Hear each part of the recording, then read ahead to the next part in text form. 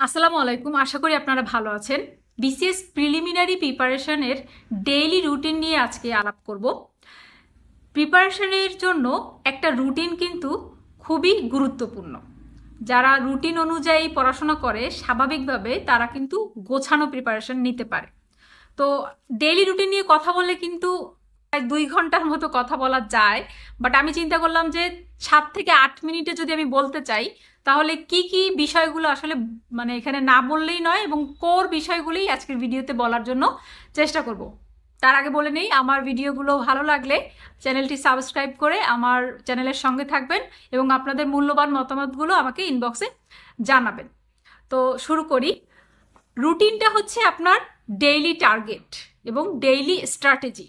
আপনি যদি ডেইলি রুটিনে ফেল করেন তাহলে কিন্তু আপনার এক সপ্তাহ পরে যে আপনার একটা সপ্তাহ ফেল হবে, এবং এরপরে 1 মাসের রুটিনেও মনে করেন যে আপনি ইন টোটালি আপনার হচ্ছে টার্গেট ফেল হবে। তো অ্যাকচুয়ালি রুটিন মিন্স কি?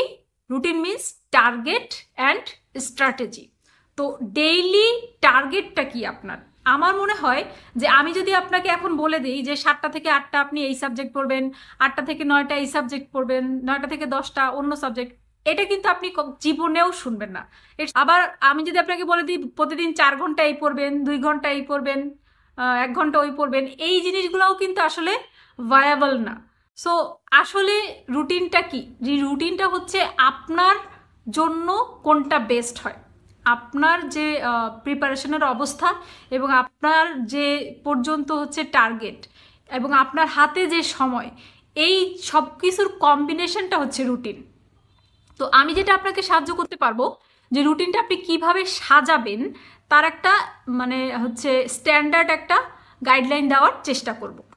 তো আমার মনে হয় রুটিনটা সাজানোর জন্য প্রথমেই আপনার হচ্ছে প্রত্যেক দিনের একটা টার্গেট সেট করা উচিত, যে আজকে আপনি কোন কোন সাবজেক্ট পড়বেন, কয় ঘন্টা পড়বেন বা কতক্ষণ পড়বেন সেটা নিয়ে পরে আলোচনা করতেছি।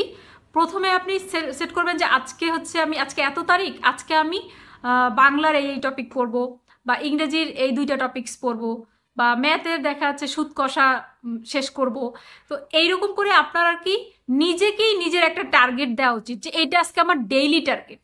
ডেইলি টার্গেট যদি হয় তাহলে কিন্তু আপনার পুরো দিনব্যাপী আপনার একটা মাথায় মাইন্ডসেট থাকবে যে আমার এই টার্গেটটা কিন্তু আমি শেষ করতে পারি নাই বা আমার শেষ করতে হবে।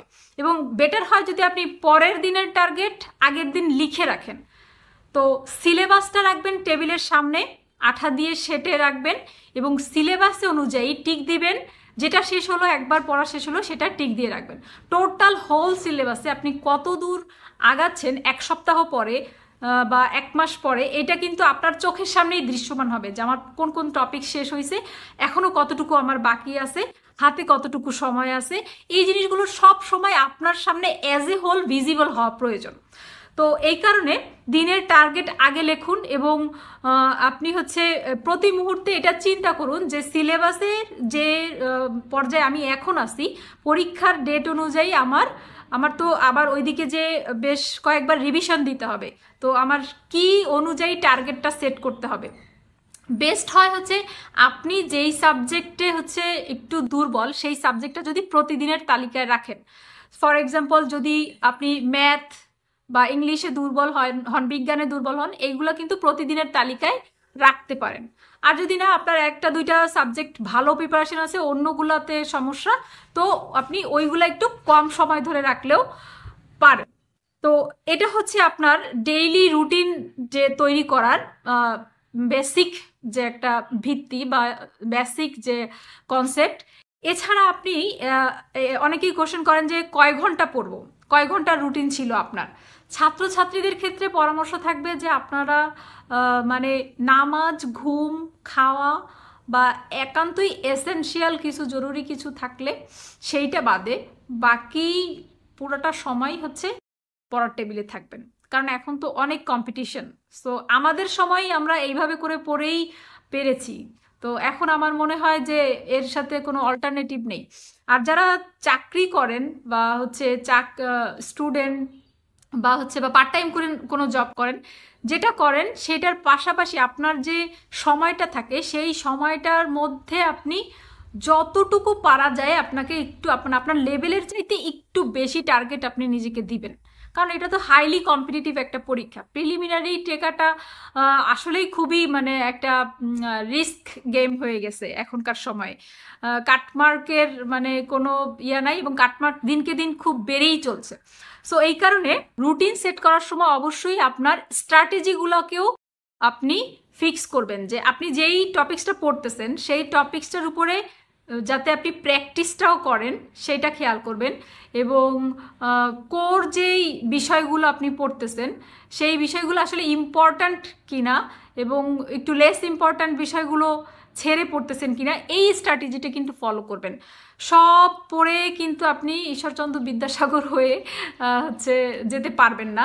তার কারণে কি না পড়বেন বা কি কম গুরুত্ব দিয়ে পড়বেন এইটা কিন্তু আপনাকে বুঝতে হবে। অনেকেই প্রচুর পড়াশোনা করেন কিন্তু মানে দেখা যাচ্ছে যে অযথা অনেক টপিকস অনেক বেশি সময় দিয়ে ফেলেন। সময়টা কিন্তু অনেক গুরুত্বপূর্ণ বিষয়। আপনার সময়টাকে আপনাকে সঠিকভাবে কাজে লাগাতে হবে, যার কারণে আপনি হচ্ছে আপনার যে স্ট্র্যাটেজিটা এটা প্রতি মুহূর্তে নিজেকে নিজে আস্ক করবেন যে আমি যে ওয়েতে পড়তেছি এটা কি ঠিক আছে কিনা। কারণ স্ট্র্যাটেজি ঠিক না থাকলে আফটার অল আপনার কিন্তু মানে অ্যাট দ্য এন্ড সব প্ল্যানই ভেস্তে যাবে। সো এই ছিল কোর কিছু কথা। আর কয় ঘন্টা পড়বেন সেই বিষয়টা হচ্ছে আপনি যত বেশি সময় দিয়ে পারেন, মানে বিসিএসসি যদি আপনার টার্গেট হয় তাহলে অবশ্যই আপনার স্বপ্নের জন্য আপনি যতটুকু কষ্ট করে পারেন ততটুকু সময় দিবেন। এবং ডেইলি রুটিনে আরেকটা যেটা জিনিস রাখার জন্য আমি পরামর্শ দেব সেটা হচ্ছে অ্যাজ এ হোল যে প্র্যাকটিসটা, মানে টোটাল 200 মার্কের যে প্র্যাকটিসটা প্রত্যেকটা সাবজেক্টে আপনি ঠিক কত পাচ্ছেন, 200 মার্কের মধ্যে আপনি টোটালে কত স্কোর করতেছেন এবং কোন সাবজেক্টে আপনার একটু কম আসতেছে সেই জিনিসগুলো আপনাকে যাচাই করে দেখতে হবে। কারণ হচ্ছে আপনি দেখা যাচ্ছে বিসিএসের জন্য প্রিপারেশন নিচ্ছেন, আপনি 1 মাস 2 মাস পড়ছেন, এরপরে আপনার কতটুকু ইমপ্রুভ হলো সেটা আপনি নিজেকেই নিজে জাজ করতে পারবেন। আগে 200 মার্কে কত পেতেন, এখন 200 মার্কে কত পান। এবং হচ্ছে আপনি যদি বেস্ট হয় যদি কোথাও পরীক্ষা দেন কোনো কোচিংয়ে বা কোনো অনলাইন পোর্টালে, তাহলে সেখানেও আপনি আরও 1000 বা আরও কয়েক হাজার স্টুডেন্টের সাথে আপনি নিজেকে দেখতে পারবেন জাজ করে যে আপনার পারফরমেন্সের লেভেল এখন কোথায়। তো ওইখান থেকে ওই পর্যন্ত নিতে গেলে আপনাকে যে পরিমাণ ইফোর্ট দিতে হবে, সো ডেইলি রুটিনে কিন্তু আপনি সেইটার ইফেক্টটা ফেলবেন যে আপনার প্রত্যেকটা সাবজেক্টের টার্গেটগুলো আরেকটু বাড়িয়ে দিবেন। তো এই হলো আমার ডেইলি রুটিন সম্পর্কে আপনাদের সাথে পরামর্শ। আপনাদের কোনো গুরুত্বপূর্ণ কোশ্চেন থাকলে কমেন্টে আমাকে জানাবেন। ধন্যবাদ সবাইকে, ভালো থাকবেন।